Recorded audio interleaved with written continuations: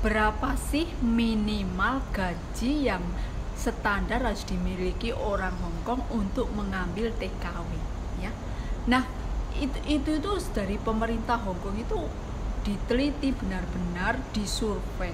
Soalnya takutnya kejadian lah kalau sekarang ini yang bikin ribet itu majikan ambil TKW dari Indonesia ataupun dari Filipina harus biaya karantina hotel. Sekarang semua yang masuk ke Hong Kong itu harus.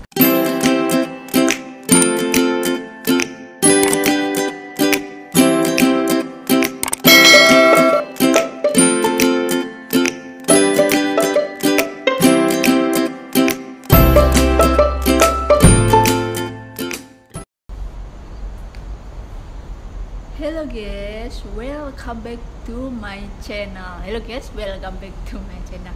Nah, kalau kalian pasti yang di Indonesia terutama itu pasti sering kepo berapa sih gaji TKW Hong Kong, berapa sih gaji TKW Taiwan, berapa sih gaji TKW Singapura, TKI Taiwan, Korea, Jepang. Nah, sekarang berapa sih minimal gaji yang standar harus dimiliki orang Hong Kong untuk mengambil TKW ya.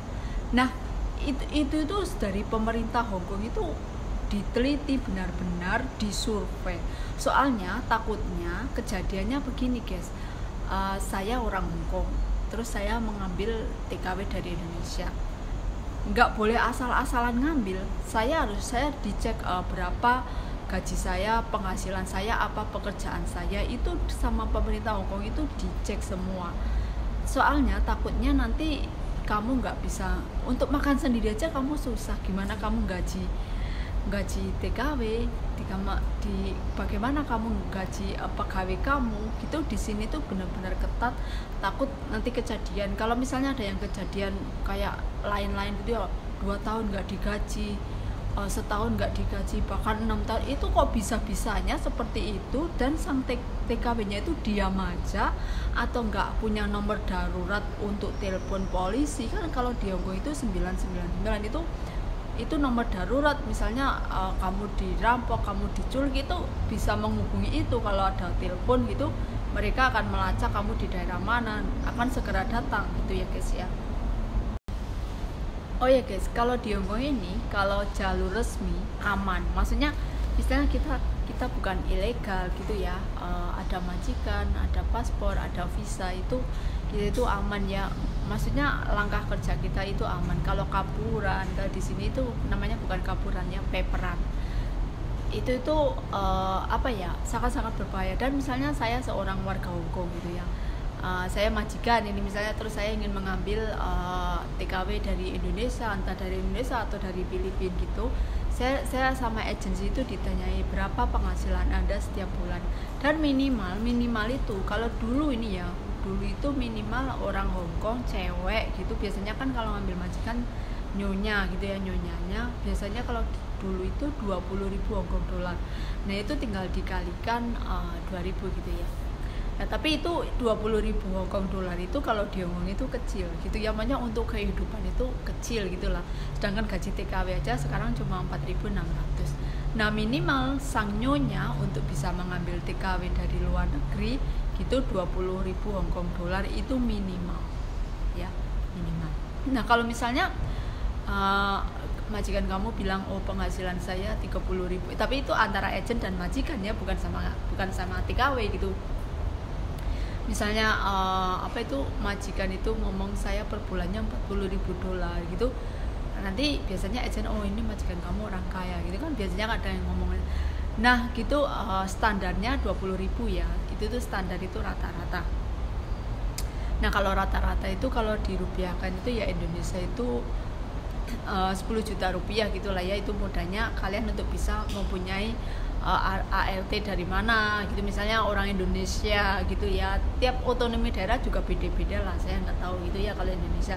Nah, kalau di Hong Kong segitu, dan pasti juga ditanyain rumah Anda ukuran berapa, di rumah ART ini atau TKW ini disuruh ngapain misalnya kan, makanya itu ditulis di kontrak kerja, surat kerja itu warnanya biru ya. Itu kalau yang resmi itu seperti itu guys. biasanya kayak gini lah. Ini biasanya ditempel di paspor ya. Nah ini ya, ini namanya kontrak, employment kontrak. Nah ini ditempel di paspor, ditempelin di paspor gini. Jadi saya bukan ilegal. Nah terus di kontrak ini ditulis nama saya, alamat saya, orang mana, Indonesianya mana, terus nama majikannya siapa, jaga apa, bisa ditulis di sini nih ya guys ya. Jaga apa, terus rumahnya ada fasilitas apa aja, nyuci mobil atau jaga orang tua, jaga semua ditulis di sini ya, di sini. Makanya terus warga penduduk orang itu nggak memperbolehkan TKW kerja di luar lingkupnya gitu ya, di luar job itu udah namanya ilegal, itu nggak diperbolehkan ya. Itu kalau kamu nekat kayak gitu, misalnya kamu nekat kerja part time, itu pun kalau ketahuan pemerintah hukumannya itu bisa dipenjara gitu ya. Misalnya oke, saya udah bekerja di majikan, terus saya kalau libur saya ini sambil nyuci piring di restoran atau kerja di restoran jadi pelayan gitu. Kalau nggak konangan, kalau nggak ketahuan sih nggak apa. Tapi kalau ketahuan, sekali kamu ketahuan, penjara guys. Itu jangan buat main-main kayak gitu. Bahkan di sini aja kalau yang liburan sambil jualan itu ya sih sah-sah aja, terserah Anda. Tapi itu kalau ketahuan itu kalian penjara hukumannya ya. Jangan main-main, penjara di luar negeri itu juga bayar denda gitu loh guys ya. Nah itu majikan ada aturannya, harus punya minimal segini. Terus biasanya kan ditulis juga tidurnya di mana. Biasanya kalau tidurnya di ruang tamu ya ditulis di kontraknya itu. Tidurnya share dengan anak ditulis gitu. Makanya benar-benar teliti gitu ya. Makanya sebelum Anda bekerja ini kayak khususnya TKW gitu kan, tapi kadang juga bohong juga sih. Tapi kayaknya kalau di kontrak kerja nggak sesuai itu kalian bisa lapor ke konsulat gitu ya guys. Semua itu bisa lapor ke konsulat. Oke guys, lah kalau sekarang ini yang bikin ribet itu majikan ambil TKW dari Indonesia ataupun dari Filipina harus biaya karantina hotel. Sekarang semua yang masuk ke Hongkong itu harus karantina 14 hari. Itu di hotel guys. Dan itu nggak murah guys, nggak murah itu bayarnya. Ada yang per hari $300, bayangin. Ada yang $300, kalau 14 hari berapa? 10 hari aja udah 3.000 ya. Udah $5.000 itu hanya untuk ini ya. 1 bulan lebih gaji kita. 5.000 hanya untuk karantina 14 hari. Nah itu biaya karantina itu saya nggak tahu ya, karena saya bukan anak baru, saya itu udah lama banget. Mungkin itu ada majikan yang mau membayar atau potongan gaji. Kan sistem TKW itu kan semua sistemnya itu kan hutang bank gitu ya. Maksudnya kita hutang bank, nanti kita per bulan kita bayar di sini gitu, bayar lewat Seven atau apa, itu dibagi untuk agensi dan juga Bank Indonesia gitu. Kalau dulu saya memakai, kalau dulu Bank Niaga itu ya, pas zaman saya dulu semua ke Bank Niaga itu loh. Kalau dulu potongannya 3.000 ya guys, itu 7 bulan. 3.000 kali 7 berapa? $21.000 Hongkong. 3 kali 7 kan 21, itu udah berapa? Kalau saat itu dolar 2 juta rupiah, berarti 2 juta kali 21, hampir 40 juta itu untuk biaya dari PT dari Indonesia ke Hongkong. Itu selama 7 bulan saya hanya nerima gaji 270. Karena saya dulu pertama saya di Hongkong itu gaji saya cuma 3.270. Sekarang udah menjadi 4.600 ya. Itu gaji standar ya. Saya itu mengawali dari 3.270 terus naik 3.500, terus per tahunnya itu naiknya 100.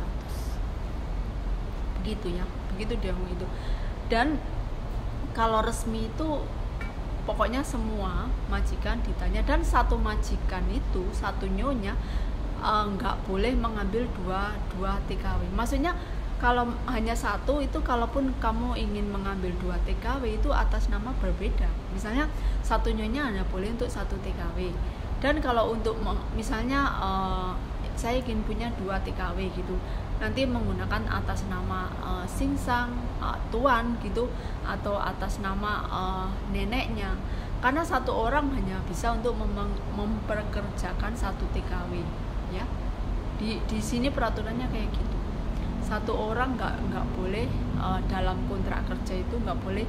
Ini kalau TKW ya, kalau khusus TKW gitu harus lain orang. Misalnya saya punya 5 anak, saya membutuhkan 2 TKW, itu nggak boleh dalam satu kontrak itu atas nama saya semua. Itu biasanya kadang ditulis atas nama tuannya atau atas singsang gitu ya, bos cowok, kalau nggak atas nama neneknya gitu. Karena di KJRI itu peraturannya kayak di konsulatnya, di imigrasi itu nggak boleh satu majikan hanya mempunyai 1 TKW, maksudnya atas namanya gitu loh. Kalau mempunyai 2 TKW, ART itu atas nama lainnya ngambilnya gitu ya. Itu udah peraturan di Hong Kong gitu ya. Nah itu, dan pasti ditanya penghasilannya gitu, TKW-nya disuruh apa, itu semua itu ada di kontrak kerja. Makanya kalau misalnya pekerjaan saya nggak sesuai di kontrak, itu saya wajib melapor, boleh melapor dan dilindungi gitu ya. Misalnya nggak taunya saya disuruh jaga toko, itu kan sangat nggak boleh, karena kalau TKW ya lingkupnya kerja TKW aja, misalnya ya kayak jaga nenek, jaga anak, atau bersih atau masak gitu. Pokoknya nggak boleh di luar rumah majikan, itu nggak boleh, itu udah termasuk ilegal. Nah kalau kayak gitu itu kalau ketahuan itu emang sangat bahaya, majikannya juga kena, bahkan sayanya sendiri misalnya nekat kayak gitu, penjara itu guys. Oke guys, semoga bermanfaat ya, jangan lupa like, share, and subscribe.